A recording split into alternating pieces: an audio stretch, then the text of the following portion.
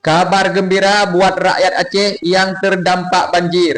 Setelah kemarin mendapat bantuan dari pemerintah berupa daging sapi megang, ya kan? Kali ini Wakil Gubernur Aceh meminta untuk kedua kalinya. Nah, ini kan mau Idul Fitri, Lebaran, ya kan? Kan ada megang lagi.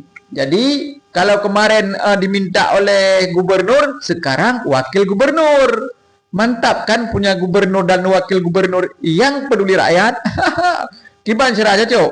Walaupun kadang-kadang ada yang 3 on, tapi kita tetap bersyukurlah. Adalah daripada tidak ada. Ya cara. Kadang-kadang orang Aceh menocin. Alah baiknya gede. Nah, ya kan? Tapi kadang-kadang kan ada yang mendapatkan banyak.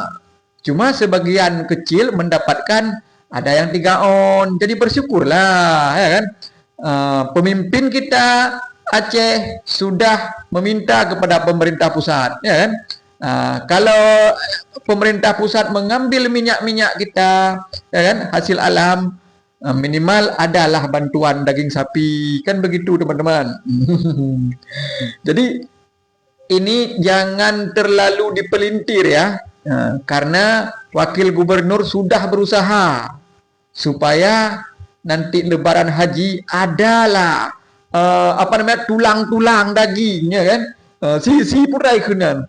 Pokoknya bersyukurlah walaupun nanti dapat tulang 3 on, bersyukurlah karena sebagian besar mendapatkan lebih dari 3 on. Menang cara bersyukur wakil gubernur Dekfat sudah meminta kepada Mendagri seperti Mualim kemarin. Gimana cara?